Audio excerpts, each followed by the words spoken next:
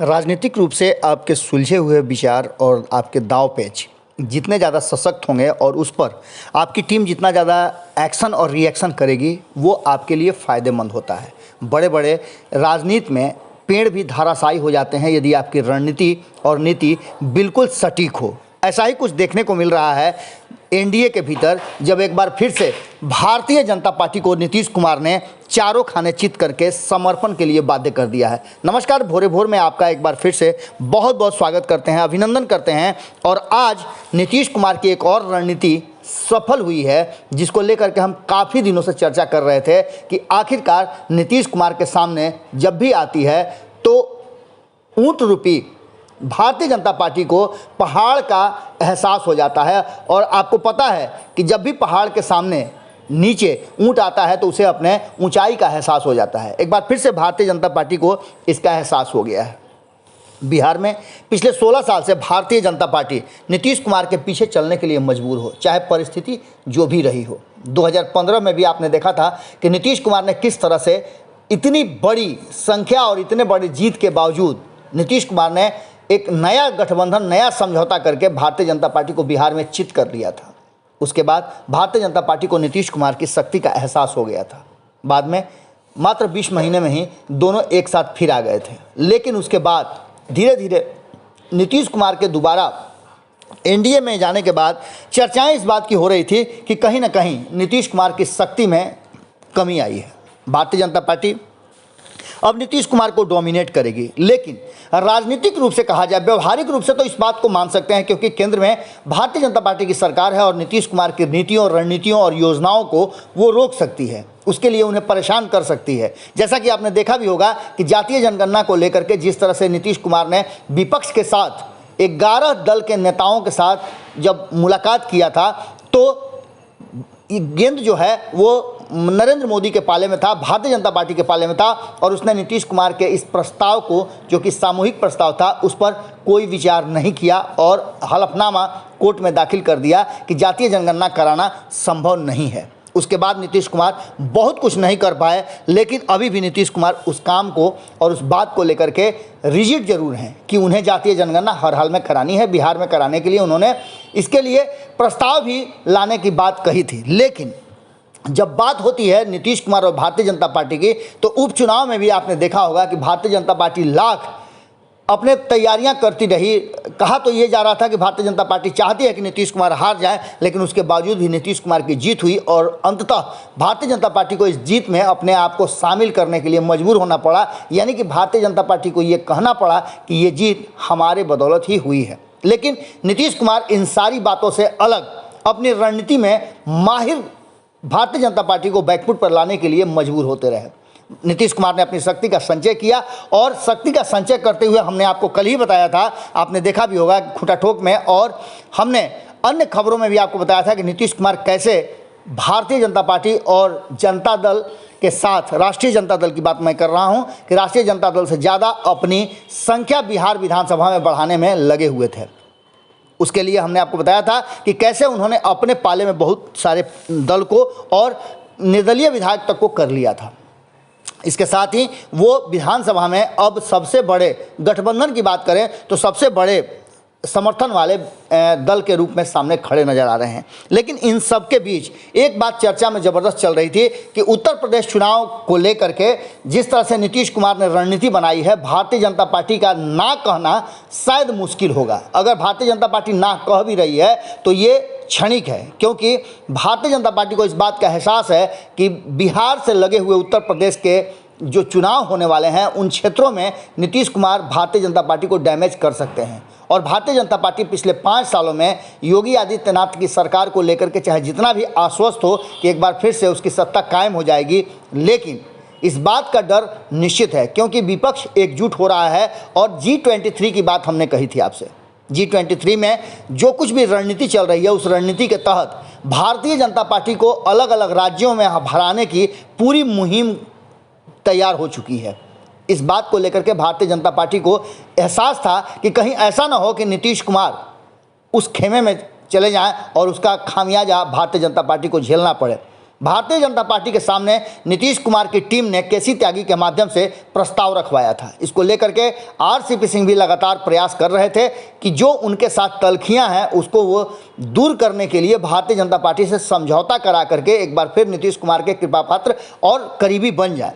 इस बात की तैयारी लगातार वो कर रहे थे और इस काम में केसी त्यागी भी लगे हुए थे। केसी त्यागी अलग अलग मुद्दे पर, आपको याद होगा कि हरियाणा में जो अलग से एक गठबंधन की बात चल रही थी और नीतीश कुमार के उसमें जाने की, अजय चौटाला के कार्यक्रम में जाने की बात की जा रही थी, अचानक से नीतीश कुमार ने उस कार्यक्रम में जाने से इनकार कर दिया था। तभी हमने आपको बताया था कि ये बड़ी रणनीति का हिस्सा हो सकता है। आज उस रणनीति का खुलासा हो गया। कहीं ना कहीं नीतीश कुमार के प्रभाव में भारतीय जनता पार्टी को बड़ा एक्शन लेना पड़ा। भारतीय जनता पार्टी ने जदयू से उत्तर प्रदेश में हो रहे चुनाव को लेकर के उनके पसंदीदा सीटों की सूची मांगी है। अब आप समझ सकते हैं कि भारतीय जनता पार्टी नीतीश कुमार के सामने मजबूर कितनी है। जो भारतीय जनता पार्टी आज से 2 महीना पहले तक, या फिर कहा जाए कि इस उपचुनाव के पहले तक इस बात को कह रही थी कि उत्तर प्रदेश में वो भारतीय जनता पार्टी किसी से समझौता नहीं करेगी जो बिहार में उसके साथी दल हैं। इस बात को लेकर के मुकेश सहनी के साथ जो कुछ भी हुआ वो आपको पता है। जीतन राम मांझी लगातार चर्चाएं कर रहे थे, दिल्ली में जाकर के बात कर रहे थे, उत्तर प्रदेश में जाकर के उन्होंने कई बार बात किया। इसके कारण वो पश्चिम बंगाल में भी जाकर के भारतीय जनता पार्टी के लिए बहुत सारा नीति बना रहे थे, लेकिन भारतीय जनता पार्टी ने किसी भी तरह का कोई बात नहीं किया। लेकिन अचानक से ये प्रस्ताव भारतीय जनता पार्टी द्वारा जदयू को भेजे जाने से इस बात की पुष्टि होती नजर आ रही है कि कहीं ना कहीं नीतीश कुमार के सामने एक बार फिर से हथियार डाल दिया है भारतीय जनता पार्टी ने।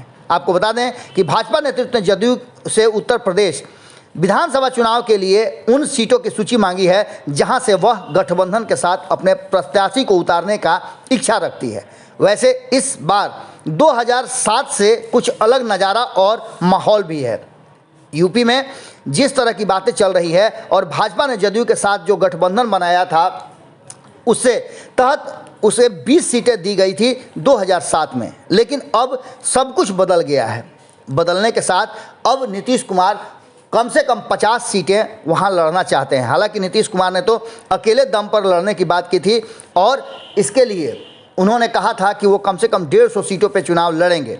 इसके साथ ही अब भारतीय जनता पार्टी जातीय समीकरण को लेकर के उसके मद्देनज़र मध्य और पूर्वी उत्तर प्रदेश के कुछ ऐसे हिस्से हैं जहां जदयू की नज़र है और इस पर जदयू का प्रभाव भी नज़र आ रहा है। नीतीश कुमार ने जिस तरह से लौकुश समीकरण को तैयार किया है उसे देख करके साफ लग रहा है कि नीतीश कुमार इस बार चुनाव को लड़ने और मजबूती के साथ लड़ने के लिए अपनी तैयारियां कर रहे हैं। पिछला चुनाव नीतीश कुमार की पार्टी ने नहीं लड़ा था। 2007 में भाजपा के साथ जदयू और अपना दल का गठबंधन 20 सीटों पर चुनाव लड़ने के लिए हुआ था। 20 सीटें जदयू को दी गई थी। जीतने की नहीं बल्कि खेल बिगाड़ने की कोशिश नीतीश कुमार कर सकते हैं। इस बात को अच्छी तरह से भारतीय जनता पार्टी अब समझ गई है। यूपी के विधानसभा चुनाव में जदयू की स्थिति अपने दम पर जीतने की नहीं है, लेकिन यह ऐसा दल है जो अपने प्रभाव वाले क्षेत्रों में भारतीय जनता पार्टी के लिए मुश्किल पैदा कर सकता है और ये भारतीय जनता पार्टी पर भारी पड़ेगा। आपको बता दें कि 5,000 से लेकर के 10,000 वोटों वाले ऐसे कई क्षेत्र हैं जहां जदयू अपना वर्चस्व बनाने में कामयाब हो रही है। ऐसी चर्चा है कि किसान आंदोलन को लेकर के भी पश्चिमी उत्तर प्रदेश और भाजपा के विरुद्ध माहौल बनाया जा रहा है। ऐसे में इसकी भरपाई मध्य व पूर्वी उत्तर प्रदेश में करने की बात सोच रही है भारतीय जनता पार्टी और इन इलाकों में कुर्मी और अति पिछड़ा वर्ग के मतदाताओं की संख्या अधिक है। ऐसे में भारतीय जनता पार्टी के लिए ये बहुत ही ज़रूरी हो जाता है कि वो नीतीश कुमार को अपने साथ लें। हालांकि रणनीतिक रूप से भारतीय जनता पार्टी इस पूरे माहौल को तैयार करना चाहती है और नीतीश कुमार को लेना चाहती है, लेकिन इसे देख करके इतना तो तय नज़र आ रहा है कि भारतीय जनता पार्टी हर हाल में बिहार में किसी भी तरह का कोई झमेला हो उसे स्वीकार नहीं करेगी जब तक कि उत्तर प्रदेश का चुनाव नहीं हो जाता है। अब उत्तर प्रदेश चुनाव के बाद क्या होगा ये तो अलग बात है, लेकिन मुख्यमंत्री नीतीश कुमार इन क्षेत्रों में राष्ट्रीय जनतांत्रिक गठबंधन के पक्ष में सभा करेंगे। अति पिछड़ा वर्ग के लिए उनके द्वारा किए गए कार्यों की चर्चा होगी और पूर्वी उत्तर प्रदेश और मध्य उत्तर प्रदेश के में इसका प्रभाव निश्चित रूप से एनडीए के लिए बेहतर होने की बात की जा रही है, चर्चाएं हो रही हैं। जदयू की कोशिश है कि वह यूपी में इन क्षेत्रों में भाजपा के साथ गठबंधन पर चुनाव लड़े और इसके फायदे भी मिले। इन सारी बातों को लेकर के अब भारतीय जनता पार्टी ने एक प्रस्ताव रखा है और इस प्रस्ताव को आरसीपी सिंह ने भारतीय जनता पार्टी के माध्यम से नीतीश कुमार की बात को पहुंचाया है। अब देखने वाली बात होगी कि ये गठबंधन अगर बनता है तो मुकेश सहनी और जीतन राम मांझी क्या करेंगे। क्या नीतीश कुमार के साथ जिस कमिटमेंट के साथ दोनों हैं वो रहेंगे या फिर बिहार में माहौल बदलेगा, क्योंकि आप जानते हैं कि ये दो ऐसे पिलर हैं जो एनडीए में बहुत ही मजबूत है और बिहार की सरकार इन दो पिलरों पे टिकी हुई है। अगर ऐसा कुछ होता है और नीतीश कुमार के साथ समझौता भारतीय जनता पार्टी कर लेती है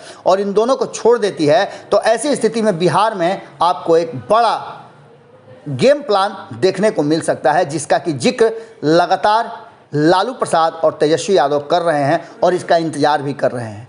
भारतीय जनता पार्टी के इस प्रस्ताव और जो समर्पण है उसके बाद नीतीश कुमार क्या करते हैं ये देखने वाली बात होगी। आज के भोरे भोर में हम आपसे यहीं विदा लेते हैं, कल फिर मुलाकात होगी। बहुत बहुत धन्यवाद, नमस्कार। अगर ये वीडियो पसंद आई और वह बिहार के राजनीति और बिहारियत से सरोकार रखेनी तो सब्सक्राइब बटन दबा के चैनल के सब्सक्राइब कर ली। ओजे एगो घंटी बा, ओकरा बटन दबा देला से कुल सटीक और मारक खबर रुआ मुफ्त में मिल जाई। अगर रुआ पत्रकारिता के हमनी के नया प्रयोग में सहयोग कर चाहतानी तो ज्वाइन बटन दबा दी। पेटीएम नंबर नोट कर ली 9386816700। धन्यवाद।